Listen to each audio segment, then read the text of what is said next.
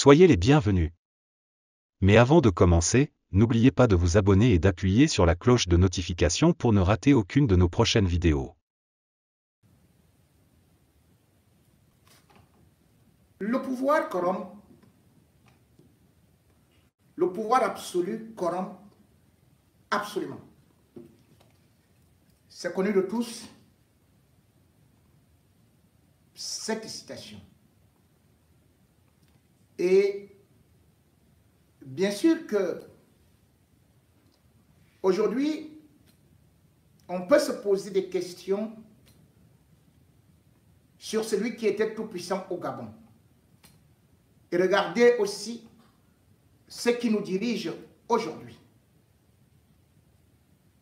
Et on peut établir une relation. Quand on est en haut, on ne sait pas qu'on va chuter, qu'on sera humilié. Quand on est en haut, on oublie même qu'on peut avoir des ennemis. On croit qu'on est Dieu. Parce qu'on vous chante des louanges, on vous fait de la poésie, tous les médias sont à votre merci, tous les hommes politiques sont là alignés comme une série d'individus sans cervelle, mais plutôt des apôtres qui vous prennent pour leur Dieu. Mais quand vous tombez, même ces amis qui étaient tout en haut et qui mangeaient avec vous, qui vous invitaient dans des sommets, ils ferment leur téléphone. Ali Bongo et son épouse, Sylvia Bongo, sont en train de le réaliser aujourd'hui. Tous leurs amis les ont oubliés, les ont mis dans la poubelle. On se souvient encore d'un des plus grands soutiens d'Ali Bongo. Il disait que c'était le pays de son cœur, l'Arabie Saoudite. Parce que lorsque son cœur avait lâché le 24 octobre 2018, c'est en Arabie Saoudite qu'il avait été opéré. C'est là où on l'avait maintenu et en vie pendant 2 semaines. Un véritable exploit. On avait enlevé des caillots de sang et puis il avait reçu bien sûr tout le soutien du roi d'Arabie Saoudite et même le prince. Il était l'ami, le frère chéri. Et puis il était parti justement au Maroc pour se rétablir petit à petit, même comme il n'est jamais redevenu le vrai Ali Bongo.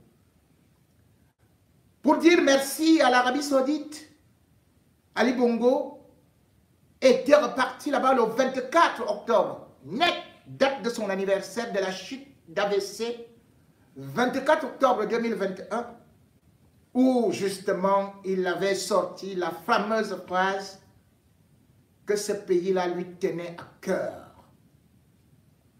C'était à l'occasion d'un forum économique qui devait aller du 26 au 28. Il avait donc des projets avec l'Arabie Saoudite et il disait c'est un pays ami que tout le monde pouvait le lâcher sauf l'Arabie Saoudite. Ali Bongo est tombé, tout comme son épouse qui se trouve actuellement dans la prison des femmes où, aux dernières nouvelles, elle a mangé des pâtes avec de la tomate et 2 cuisses de poulet avec un grand appétit alors qu'elle disait tantôt qu'elle ne peut pas manger la nourriture de la prison. Sylvia Bongo s'adapte déjà donc à la prison, d'autant plus que toutes ses amies et surtout les comptes qu'elle avait aussi barricadés au niveau de l'Afrique du Sud, on ne les reconnaît plus. L'Afrique du Sud est même déjà prête à négocier avec le nouvel homme fort, le général Oligui Nguema, pour ouvrir les coffres forts d'Ali Bongo et de Sylvia Bongo qui sont en Arabie Saoudite. Ali Bongo a encore tenté d'appeler Le téléphone du roi d'Arabie Saoudite ne passe plus. Et puis, comble d'humiliation, mardi, le roi d'Arabie Saoudite, en la personne de Salman Ben Abdelaziz Al Saoud, a donc envoyé son émissaire pour aller rencontrer qui? Le général Oligui Nguema, tombeur d'Ali Bongo.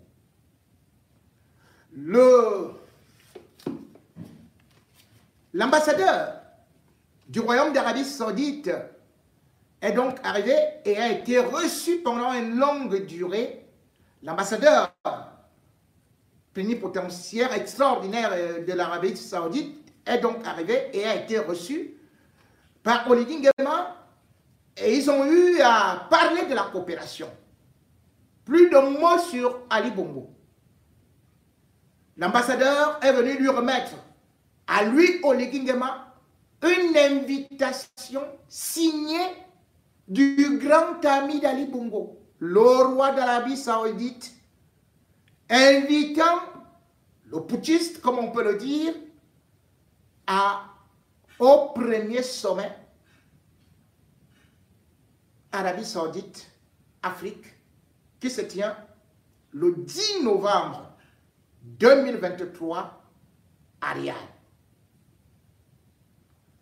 Ali Bongo peut mourir parce qu'il ne comprend plus. L'Arabie Saoudite lui a tourné le dos. S'il n'y en a plus d'amis là-bas, tous leurs numéros ont été bloqués. Et cette fois-ci, c'est le nouveau chef d'État, le président de la transition, qui, ironie du sort, premier voyage hors du continent africain, il est invité en Arabie Saoudite, là où Ali Bongo avait tout caché. Vous voyez comment est la vie? Lorsque vous volez dans vos pays, vous partez mettre ça à l'étranger. Vous croyez que vous serez en sécurité là-bas. Vous narguez vos peuples. Vous dites que ce sont les étrangers qui sont vos amis. Dès que quelque chose vous arrive, dès que vous perdez la main, sachez que tout est terminé. Voilà donc comment Ali Bongo est maintenant balayé en Arabie Saoudite. L'Arabie Saoudite qui d'ailleurs avait eu à préserver non seulement ses examens, puisque si l'Arabie Saoudite donnait des vrais résultats à l'opposition qui demandait que Ali Bongo ne puisse plus se présenter parce qu'il était en incapacité de diriger, mais l'Arabie Saoudite avait caché les résultats. L'Arabie Saoudite savait bel et bien que Ali Bongo n'est plus un homme, n'a plus les capacités physiques, morales, psychologiques, intellectuelles à pouvoir tenir un pays comme le Gabon. Mais l'Arabie Saoudite a couvert. Parce que l'Arabie Saoudite avait encore ses intérêts avec Ali Bongo. Les États n'ont pas d'amis. Ils n'ont que des intérêts. Tant que les Africains et même les panafricanistes vont oublier cela, ne vont pas prendre ça en considération, on sera toujours grugé. Les nouveaux amis qui arrivent aujourd'hui ne sont pas aussi les amis de l'Afrique. Ils viennent chercher leurs intérêts. La preuve, Oligui Nguema va maintenant en Arabie Saoudite. Et pourquoi? Parce que l'Arabie Saoudite veut se positionner d'abord en Afrique centrale. Et l'Arabie Saoudite, au lieu de choisir le Cameroun, l'Arabie Saoudite choisit plutôt le Gabon. L'Arabie Saoudite sait actuellement qu'elle a beaucoup plus d'intérêt à être avec Oligui Nguema que d'être avec Paul Biya. Donc, l'avenir est incertain. L'Arabie Saoudite, donc, est une grande opportunité pour Oligui Nguema. Parce que d'abord, l'Arabie Saoudite collabore avec toutes les grandes puissances occidentales. Et si jamais l'Arabie Saoudite te reconnaît déjà, si déjà tu peux faire les affaires avec l'Arabie Saoudite, cela veut dire que tu es entré dans la cour des grands. l'Arabie Saoudite est deuxième pays producteur de pétrole devant la Russie. Il faut qu'on le sache. Et derrière les États-Unis. L'Arabie Saoudite sait également que le Gabon actuellement fait partie des pays membres de l'OPEP. Mais en plus de ça, l'Arabie Saoudite va aider le Gabon à développer encore le côté du gaz et surtout le côté du manganèse. Il y a de l'or et il y a beaucoup de ressources minières qui se retrouvent actuellement là-bas que l'Arabie Saoudite va faire affaire avec le Gabon. L'Arabie Saoudite avait voulu tenter avec Ali Bongo, sauf que ce dernier, tantôt allait à gauche et puis espérait ceci et cela, et puis l'Arabie Saoudite était quand même convaincue, selon le bulletin de santé, qu'Ali Bongo n'allait plus tenir, bref, que c'était un président qui n'avait plus de capacité de pouvoir véritablement durer au pouvoir. Voilà pourquoi est-ce que l'Arabie Saoudite ne signait pas. Mais là, qu'est-ce que l'Arabie Saoudite fait déjà? Au lieu seulement de parler des grosses promesses qu'on fait souvent aux États africains, oh, on viendra vous construire l'usine de quoi là, de métro, oh, on va vous construire l'usine de, le pétrole va sortir en haut et puis le nucléaire va sortir en bas, on va vous sortir l'usine de quoi là pour l'Apollo pour aller à la Lune. Non, c'est pas comme ça. Première des choses, l'Arabie Saoudite va construire au Gabon l'usine de riz.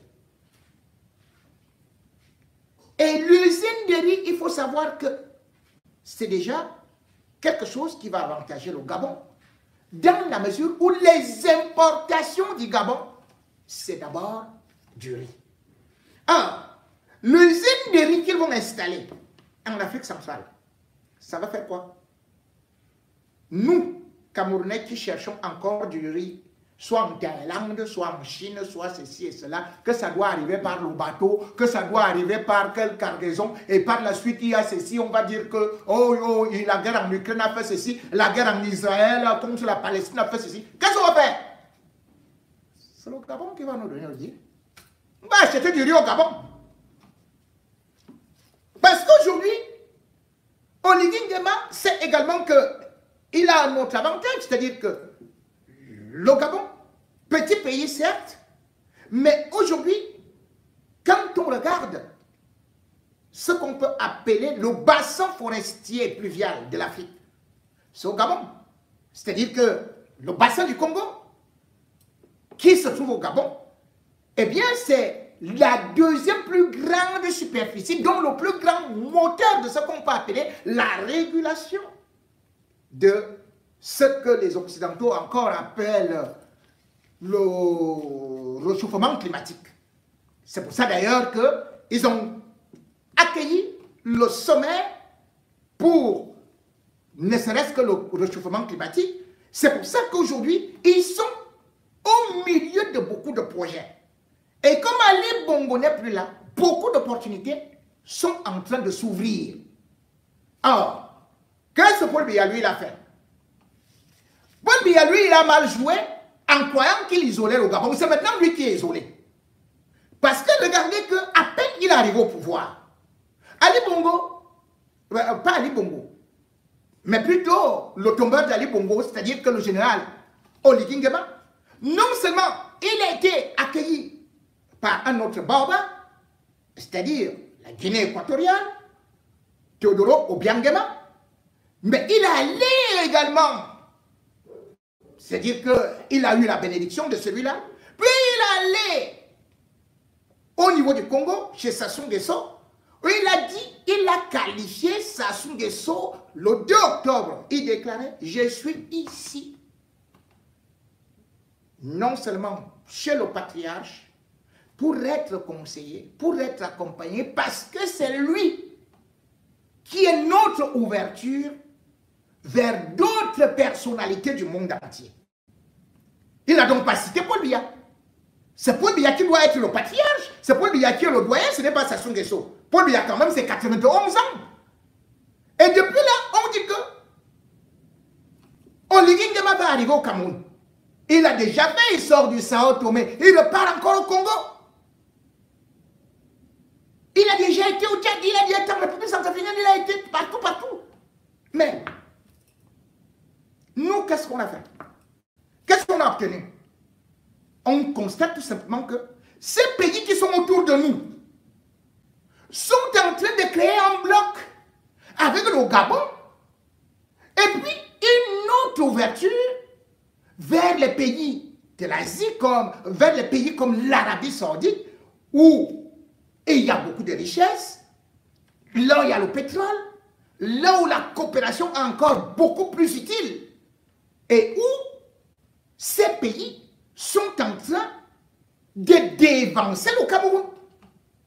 Le sommet qui est en train de se préparer, le sommet par exemple, le sommet Arabie Saoudite, Afrique, c'est un sommet hyper important où beaucoup de choses doivent se décider et surtout des investissements concrets parce que l'Arabie Saoudite investit plus que tous les autres pays que nous voyons là.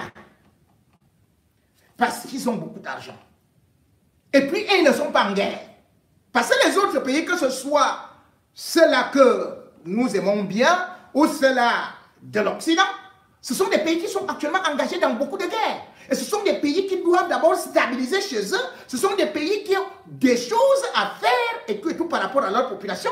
Et ces pays ne peuvent pas abandonner leur population pour venir beaucoup plus accorder de l'importance à la coopération avec les pays de l'Afrique noire. Mais là, il y a depuis un certain temps l'Arabie Saoudite qui voulait absolument s'implanter en Afrique centrale. Et là, l'opportunité y est. Avec Oligui Nguema, que vous pouvez d'ailleurs constater qu'il a troqué sa tenue militaire contre maintenant une tenue civile. C'est indécent. Regardez bien que tous les autres qui sont venus aussi au pouvoir, là, c'est des militaires hein, qui avaient fait des coups d'État. N'oublions pas que Sassou Nguesso, c'est un militaire. Mais on le voit seulement en veste cravate. Cela veut dire que peut-être Oligui Nguema lui-même, il est déjà sur la lignée de pouvoir durer, puisqu'on ne sait même pas jusqu'à quand la transition va durer. Regardez aussi Obiang Nguema. Obiang Nguema, c'est un homme en tenue. Mais il met actuellement. Mais Obiang Nguema, vous et moi, nous ne l'avons découvert qu'avec des tenues civiles. Aujourd'hui, donc, selon ce qui est en train de se dessiner, c'est que le Gabon, on voudrait utiliser, ou plutôt on voit en Oligui Nguema, un autre Olusegun Obasanjo. Cet Olusegun Obasanjo, lui, il avait gagné l'élection. Mais au Nigeria, il avait tout changé. Il avait tout bouleversé. Il avait eu le soutien des puissances étrangères et ça lui a permis de créer des milliardaires au niveau du Nigeria. Aujourd'hui, peut-être qu'Oligui Nguema, qu'on est en train de vouloir aussi un peu pomper, un peu d'aider, pourrait aussi créer un autre Gabon, puisque le Gabon d'Ali Bongo, qui devait créer des milliardaires, où on avait le pétrole, il a dilapidé tout cet argent du pétrole. Puisque le pétrole du Gabon, quand on essaie de regarder, ça contribuait au PIB à hauteur de 60%. Rien que le pétrole. Les revenus fiscaux, 60%. Les exportations, le pétrole, 80%. Mais cela n'a pas profité au peuple gabonais ni aux hommes d'affaires. Ali Bongo et Sidi Bongo n'ont fait que dépenser l'argent du pétrole. Le Gabon devrait déjà être, peut-être comme l'Arabie Saoudite, mais tout au moins être au 10e avec des hommes d'affaires, avec des milliardaires, avec ceci et cela. Mais qu'est-ce qu'ils ont fait? Ils n'ont fait qu'aller prendre de l'argent, aller mettre dans des banques offshore, dans des banques ceci et cela étrangères, aller mettre dans des paradis fiscaux, aller mettre en Arabie Saoudite. Aujourd'hui, ils vont faire comment pour récupérer ça? Ils vont faire comment? Avec cet argent-là, en négociant avec l'Arabie Saoudite, eh bien, on pourra réinjecter ça pour créer d'autres hommes d'affaires. Si les États africains ne peuvent pas eux-mêmes utiliser leur argent pour développer les affaires, pour créer des sociétés industrielles, pour demander une vraie coopération latérale qui permettrait aux États de pouvoir employer la jeunesse. Regardez seulement une usine de riz. Ça va employer combien de Gabonais? Des centaines, voire des milliers. Parce que ça dépend de la superficie. Il faut quand même savoir que lorsque vous regardez la forêt du Gabon, c'est presque 82% de la superficie du pays. Donc, ils pourront enfin absorber une vraie main-d'œuvre. Et il y aura surtout la formation des ingénieurs dans le domaine agricole, les domaines qui sont importants pour l'Afrique. Dans le domaine technologique, les domaines qui sont importants pour l'Afrique. Et non seulement l'école, pour finalement venir se jeter dans la poubelle du chômage. Parce que l'école telle que nos super dirigeants nous font la suivre, ça mène où?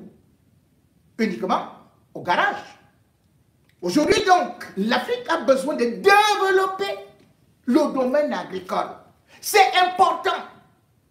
Un pays qui ne peut pas manger à sa faim, c'est un pays qui n'existe même pas. Ventre affamé n'a point d'oreille, tout un chacun connaît ça. Ça ne sert à rien de dire que oui, nous allons développer l'industrie. Vous allez arriver à l'industrie sans passer par l'agriculture. Voilà le Gabon qui développe déjà l'huile. L'huile de palme, le Gabon nous vend déjà ça. Un grand pays comme le Cameroun. Un grand pays agricole qui donnait tout au Cameroun. Maintenant, le Gabon va nous vendre du riz. Et nous, on rit. Non. Vous a un train de faire qu'on soit fini comme des bougies. Hier, il faut savoir que ce n'est pas la taille d'un pays qui fait la valeur de ce pays. Beaucoup vont toujours dire que non, le Cameroun est très grand. Vous voyez, là où a été organisée la Coupe du Monde au Qatar, le Qatar n'est pas grand. Mais le Qatar dépasse tous les pays d'Afrique centrale. Réunis. Le Gabon n'est pas grand par sa taille. Mais si le Gabon prend la direction de l'Arabie Saoudite, si le Gabon comprend la politique de l'Arabie Saoudite,